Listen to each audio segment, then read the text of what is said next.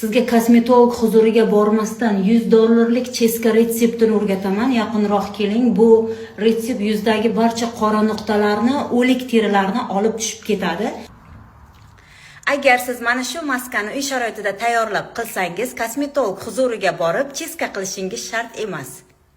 Bizga kerak bo'ladi 3 ta aspirin, ezilgan limon, asal hamda suv.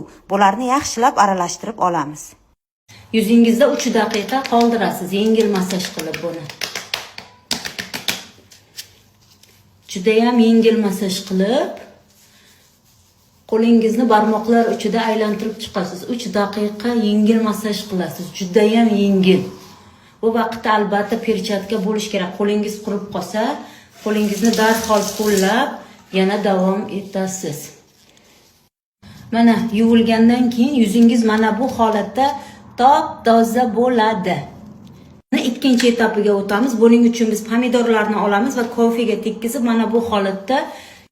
Buning vazifasi terimizdagi o'lik hujayralar olib ketildi, lekin ba'zilari qoldi. Bu yengil peeling vazifasini bajaradi. O'sha uchun uy sharoitida 1 oyda 2 marta bu cheskani qilib turing.